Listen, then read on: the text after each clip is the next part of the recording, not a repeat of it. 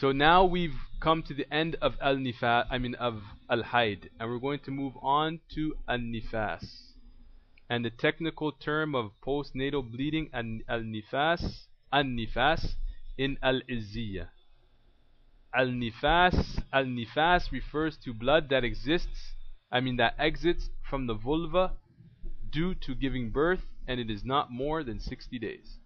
There's the definition of al-nifas. Meaning, right away, al-nifas can't be more than 60 days. And it's blood that comes out due to giving birth. Right? Make this point here because the meaning that he says here, al-nifas, refers to blood. In reality, al-nifas doesn't refer to blood. We have blood of nifas. Al-nifas in itself comes from the word tanaffus. Right? Breathing. Like when a person goes, when you look at the womb, it's as if it's breathing. It's contractions. That's what we mean by nafasa. So that's what actually nifas is. So when he says that nifas refers to blood, in reality he means blood of al-nifas. Right? Understood? Understand the difference? So in commentaries, they're going to say demun nifas. But because this book is for basics, he's just going to give you a basic terminology, al-nifas. But just for the record, al-nifas is not the dem itself. Al-nifas is the act of the contractions of a woman before birth takes place. So al-nifas refers to blood that exits from the vulva due to giving birth and is more than 60 days. Why do we say due to giving birth? By saying due to giving birth, we're taking out any other things. That excludes menses, that excludes istihada, that excludes the breaking of the hymen. Right? So it's a complete definition. Al-Izziyah goes on to say, thus, if it, that is bleeding, surpasses 60 days, she does not wait, but rather she makes ghusl and prays and fasts. Contrary to al-menses, for when there's a mu'tada, she has istithar. In al-ghusl, the longest it can be is 60 days. We don't have 3 days waiting period. So if she bleeds on the 60th day, on the 61st day, she's going to make ghusl and she's going to pray. Right? Al-Akhdari explains this point more extensively, saying, thus, if the blood was to discontinue before it, that is 60 days, even during the same day of birth, she makes ghusl and prays. So Al-Akhdari adds a little something here that Al-Izziyah doesn't add. If her blood cuts before 60 days, as soon as that blood cuts, she is going to make a ghusl and fast and pray. Right? And he stresses the point by saying even during the same day. For example, she gives birth at 5 o'clock, nifas cuts at 9 o'clock. She's going to start praying and fasting. Then we're going to talk about concerning postnatal bleeding when it ceases before 60 days. Right? We talked about the issue of a woman who has a norm of 7 days, and for example she bleeds for 3 days, and then the blood cuts for 2 days, and then it returns, and so on and so forth. Now we're going to talk about the same issue when it happens in menses. When it happens in nifas. What does she do? Al-Akhdari says, if her blood were to return after it ceased, okay, so she was bleeding her menses, she was bleeding her nifas for 4 days. Okay, for example, if there were 15 days between them, that is, between the day it stopped and the day it returned, or more, meaning that there was 15 days or more from the time that the blood stopped to the time that the blood returned, then the second bleeding, meaning the returning blood, is menses. Otherwise, it is part of the first bleeding. That is the postnatal bleeding. Let me explain. Let's just say a woman gave birth, and then she bled for the first 3 days. Then the blood cut. and more than 15 days passed, and then that blood came back again. That blood that's now returning is considered a new menses. It's considered a menses. It has nothing to do with their postnatal. Why? Because 15 days of purity went between her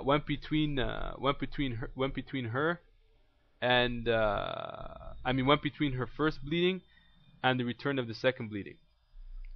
So it's actually the same as menses, no different. Understood?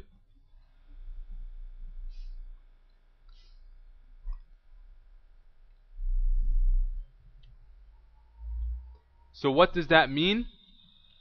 What's to be understood from that? If there was less than 15 days, then it's considered menses again.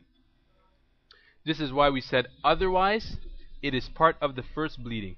That is the postnatal bleeding. So if she bleeds for 3 days and then, for example, only 9 days happens and the blood comes back, then it's considered part of her postnatal bleeding. Here's in short: if there hasn't been 15 days between the first blood and the returning blood, it's considered the continuation of her postnatal. If 15 days passes, it means that her her postnatal is done, and that new blood that she's seeing is menses. And actions prohibited for a woman during postnatal bleeding, which is easy. Al-Akhdari summarized it simply saying, Al-Nifas is like menses in regards to what is prohibited. Meaning that the same thing that you read that was prohibited for the woman in menses is the same thing that's prohibited for a woman in Nifas. Right?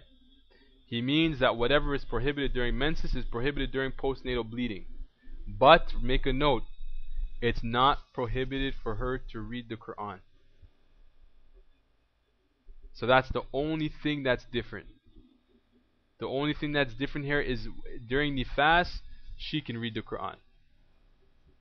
There's no problem.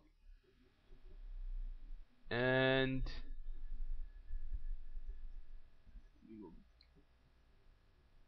I left something out. If you go back to actions prohibited for a woman during menses, I left something out. I left out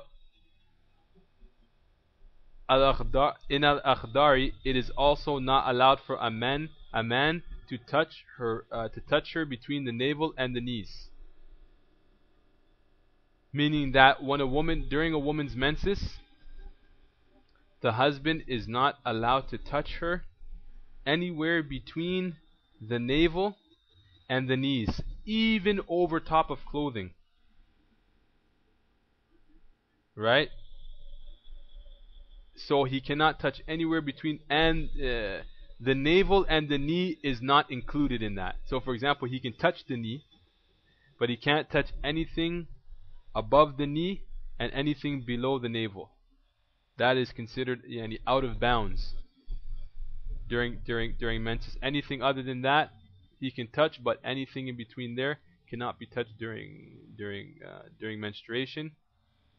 And Alhamdulillahi Rabbil Alameen, we have come to the end of this short course in menstruation, and inshallah hopefully we'll meet again to take the second session in menstruation, and inshallah I hope to finish writing the detailed book on menstruation in the Maliki school, so that especially women and husbands and people who want to increase their knowledge can have a detailed manual in Maliki fiqh concerning on menstruation, because it is a very important knowledge to know, because it determines the soundness of your prayer and the soundness of your fasting. And in terms of women, it is something that is obligatory. It's fard ayn on every woman to learn these issues, and for the issues that she doesn't know, it's obligatory for her to ask the people who know.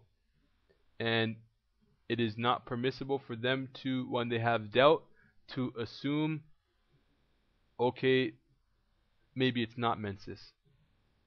Right? And it's also obligatory on the husbands to provide that knowledge, one, either by learning it themselves, to teaching it to their wives, or providing for their wives a way to learn this obligatory knowledge, and those husbands who don't have wronged their women. As Al-Ghazali mentions, the best of husbands is the one who teaches his wife, which is very important and something never to be neglected. So Allahumma salli ala Sayyidina Muhammad wa ala alihi wa ahlihi ajma'in.